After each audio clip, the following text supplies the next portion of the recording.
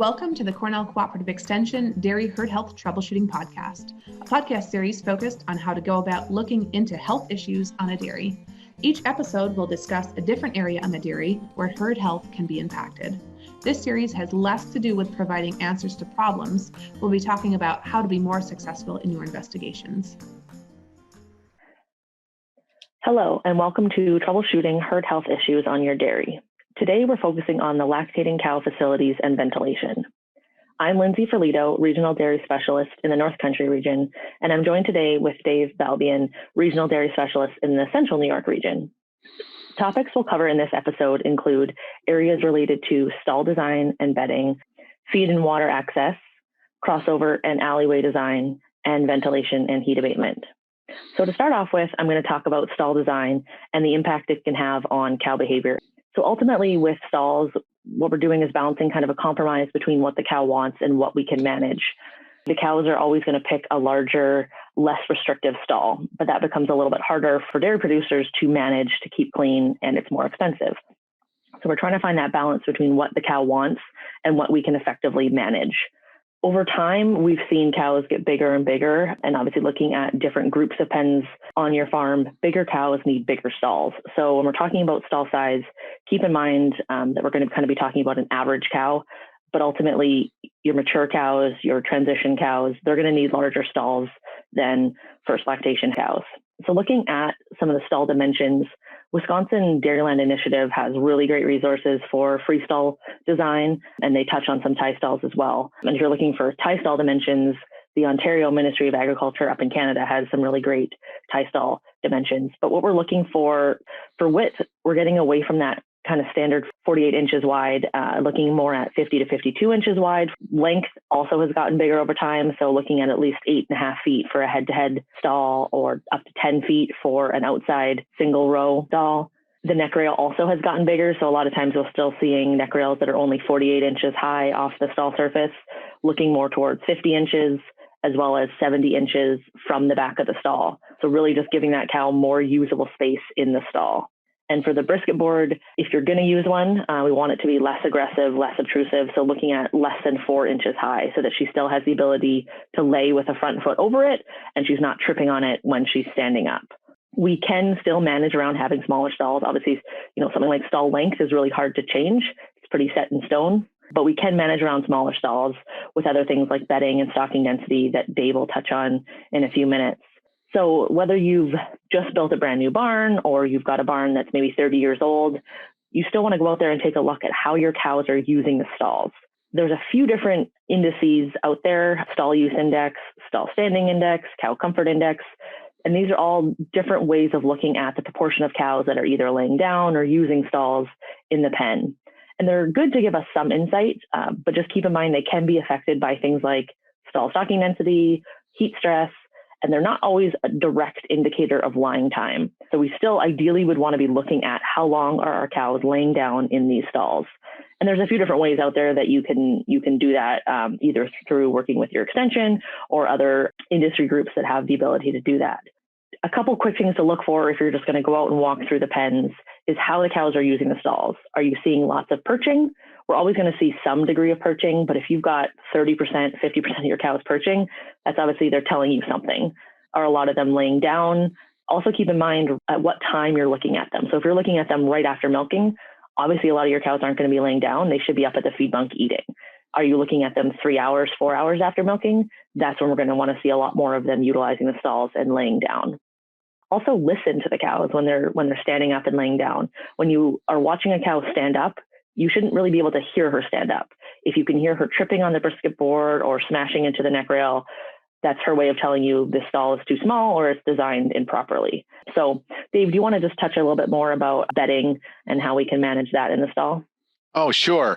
So when it comes down to bedding, there's a lot of factors that come into play. Certainly the availability of different types of bedding is one of the factors. Some of it's personal preference. Some of it is in consideration of the manure handling system and how easy or difficult the bedding type may interplay with that. The one bedding source that's in my area is fairly popular is sand bedding. And I guess I call deep sand beds kind of the Cadillac of cow comfort when it comes to stalls. It can overcome some of the restrictions. Lindsay talked about some of the things being kind of in concrete when you're dealing with an existing barn that has the length kind of limited. So anyway, when it comes to sand, there's certainly wash sand is really nice. It's not always available and it may be somewhat expensive. We have a lot of people in our area use bank run sand. However, occasionally they run into problems with a little bit too much clay in it, which can cause some real problems as far as poor drainage. It can cause some mastitis problems when you have a lot of pooling of manure, urine, cows leaking milk. Also, we got to watch out about stones being in there, getting thrown out onto the floor. Some people have installed sand savers, which are really nice, helps to reduce the total cost and the amount of sand that you use. Sawdust and shavings are certainly an option if you have them. I guess I would say be careful about green sawdust. A lot of times it has bark and soil contamination. Kiln dried is certainly preferred if you can get it. Some people are using straw, chopped straw, not as much of that today. There's also some different paper products and paper product blends that people are using. Some people are using composted manure. We need to be sure that it's composted well, that the temperature has gone high enough and it's doing the job that we want. Many people are using some type of mattress material. We still need to put some bedding on there. It needs to be managed. Just basically going with a mattress and leaving it bare is going to mean we're going to have dirty cows. There's also gypsum products out there that people have used, which is basically kind of recycled sheetrock drywall. It's basically calcium sulfate. The danger with that, or certainly be made aware of the fact that if you got manure going into manure storage, stirring it up can cause hydrogen sulfide gas. And there's certainly been some real issues from a standpoint of safety in regard to that. So you need to kind of do your homework in regard to bedding, take a look at the pluses and minuses, various cautions and guidelines. Do your homework. Don't just kind of find one source and say, oh, that's going to work for me and just go with it. So anyway, a lot of choices there. And I guess I would say as you kind of evaluate what's going on in your operation, don't just look at one pen or one area of the barn. Be sure we're looking at every area. We might have one area of the barn that's been remodeled or is really working pretty well, and other areas could be a real disaster.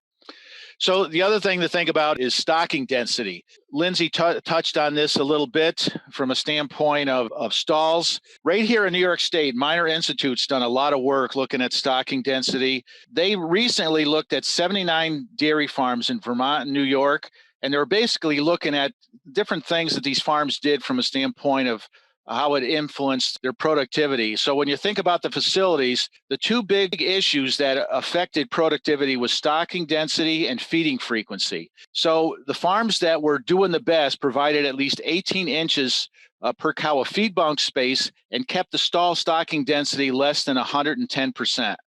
They also fed their TMR twice a day rather than once a day.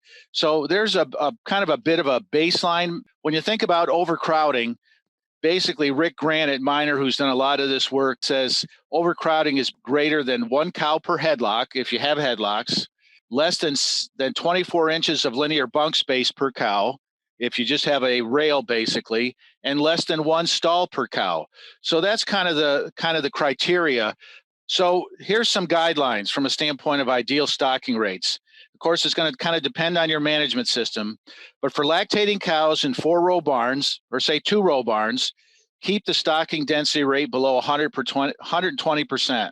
In mixed parity pens, stock at around 100% of capacity. Of course, ideally, we'd always like to have our first calf heifers in a separate pen. I know that's not always possible, but we should strive to do that if we can. When we have mixed parity pens, we need to be really cognizant of those first calf heifers and keep stocking density down. For cows in 6-row barns, basically, or 3-row barns, we should reduce the stocking rate to closer to 100%. Right off the bat, that type of a system does not allow all the cows to eat at the same time. So it really puts some pressure on these cows. For our close-up and fresh cows, we should stock around 80% of bunk capacity, or around 30 inches of bunk per cow. These animals really have a lot of pressure on them from a standpoint of being healthy, having lots of space, less competition. Pretty important area to think about. All right, so when we think about feed access, we also think about feed bunk stocking density, which I just talked about here. But we want to make sure that feed's available at the whole feed bunk, along the whole length of the feed bunk, that it's pushed up often. We'd like to see these cows not have a situation where they're without feed basically more than a couple hours per day in a 24-hour period. So that means we got to be pretty aggressive from a standpoint of pushing feed up.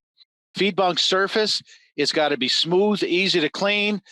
I mean, I'm sure everybody listening to this has seen situations where the concrete on the feed bunk area was deeply pitted. You put your finger down in there with your fingernails and you pull up some really rotten and rank feed, and it's really going to inhibit feed intake. I mean, it's just like us basically eating off of a dirty plate that's never been washed all the time. Some people actually put down there's different types of additives to the concrete when you pour concrete to make it less likely to get pitted. Some people will use different types of tile or some type of plastic material. Those are not always the easy to manage and maintain, but the cows sure like it, I can tell you that. So Lindsay, tell us a little bit about waterers, access to water, alleyways, some of those types of things. Yeah, definitely. And I'll just add too, Dave, I think I like to talk about stocking density a lot, but I think it's really important. And again, why we're mentioning it is it has an impact on just about everything relating to cow health and production. So as you're talking about having enough feed availability and stuff like that, your immediate thought would be, okay, well, if she can't access feed, her intake will drop and that'll just impact production. But more and more, we're learning that all of these factors like access to stalls, having good bedding, access to feed, literally impacts everything from her production to hoof health to even reproduction. So it really is important that we're giving her the chance to access feed and to access these stalls when she wants to. As you mentioned, the water access, that's another one I think that gets forgotten about. People just think we've got our water tub, we're good to go. But again, more and more, we're seeing really the importance of having good access to water, the right amount of space and the proper placement. So if we're thinking about these cows drinking 20 to 30 gallons a day on a regular day, maybe up to 60 gallons a day in the summer during heat stress, they're doing this in about 15 minutes to 30 minutes a day. So we really want to make sure that even though she's not spending a lot of time drinking, that she can get to the water when she wants to, and she gets access to that water, and she's not standing around waiting for that trough to refill. It's been suggested that we want flow rates of 6 to 7 gallons per minute to make sure that that water is staying full in the trough and she's not drinking it and then waiting for it to refill. Also, we want at least 2 troughs per pen, looking at some of the social dynamics. If you've got that boss cow and you've got one water trough in the pen, it's pretty easy for her just to stand there and guard it as long as she wants to. So we want to see at least 2 troughs per pen to give cows some options, and looking at least 3.5 inches per cow. A lot of data from the Northeast has shown that we're not reaching that target. And similar to some of the stocking density in the stall targets, that number has slowly increased as we realize the importance of really giving them that space. So a lot of barns that were built a few decades ago probably aren't providing 3.5 inches per cow, but it is pretty easy in some cases to add some larger waters or just to provide an additional water. So usually we're providing waters at a crossover, making sure that we're giving cows enough room to get around that. But you could potentially add a water trough in an exit alley on the way home from the parlor, things like that, because we know that obviously they like to drink a lot of water, especially on the return from the parlor. In addition to making sure they have access to water, we want to make sure that that's good quality water. If you've got any concerns, you can check your water, do water tests for mineral content or pH or even bacteria counts, and making sure those waters are getting cleaned regularly. So do you have a protocol in place, a schedule where whoever's chasing the cows to the parlor dumps those waters, scrubs them clean on kind of a rotating basis so a pen doesn't get forgotten about and sits there for weeks on end without getting a scrub? So talking a little bit as well about alleyways in the pen. So we talked about stalls and waters and feed bunk. How does the cow move around the pen? So for alleyways, if we're talking about the stall alley, the recommendations are now 10 to 12 feet wide. And for the feed alley, it's 12 to 14 feet wide. This is to provide enough space for cows to be eating and still have that cow flow and smooth traffic flow behind those cows without disturbing them. Obviously, those alleys need to be cleaned regularly. So usually this happens at every milking, so either twice a day or 3 times a day. That is a risk factor for lameness, is having less frequent or alley cleaning. So keeping those alleys clean will help with hoof health. And we want to make sure those alleys have good traction. So we don't want to hear cows flipping. We don't want to see cows flipping when we're moving cows to and from the parlor. So making sure that the flooring we're providing has either some grooving, good traction. There's recommendations for grooves as well. Looking at what's recommended by the Wisconsin Dairyland Initiative is straight line grooves about 1/2 inch deep, 3/4 of an inch wide, and then spacing those grooves about 3 1/4 inch apart on center. And you can find that on their website. It's free for producers to log in. So that will provide cows with traction, so they're not going to be slipping as they're moving around the pen. We could also provide rubber flooring. And rubber is something that gets talked about and discussed a lot. And there's a lot of different places that we can target where we want to use rubber flooring. So somewhere where she's going to be standing a lot more or turning around sharp corners. So coming in and out of the parlor, on alleyways to and from the parlor, and then maybe along the feed bunk where we know she's going to be standing. And we definitely know that cows prefer rubber. If you ever go in a dairy that only has rubber in part of the alleyway to and from the parlor, you'll actually see the cows stop and line up in, either single file or double so that they can just walk on the rubber. So they definitely like the rubber. We just have to make sure, like with everything else, we're managing it appropriately. So keeping it clean, making sure it's not getting slippery, and making sure that cows don't like the rubber so much compared to maybe a less ideal stall that hasn't been designed properly, so that she actually spends more time standing on the rubber. So we still need to make sure that those other things are taken care of, and we can't just throw in rubber kind of as a Band-Aid. And then I just want to mention too, with location of the crossovers, it's not something we usually talk about a lot, I feel like, but just keeping in mind, especially if you're designing a new barn or looking at kind of gate placements and pen size, we really want to have crossovers be wide enough, so about 12 feet wide, and that's in addition to your water. And we want to locate them every 30 to 40 stalls. So we don't want cows having to walk, 100 feet from the back alley past all these stalls to get to a water or to get to the feed bunk. So making sure we're placing these crossovers pretty regularly, which also will help provide us with more feed bunk space and the ability to put in more waters as well.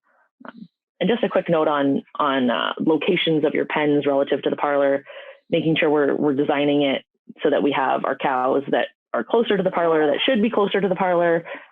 So like sick cows or lame cows, and making sure that, again, those alleyways are good for them to get to the parlor with good traction and the right amount of space.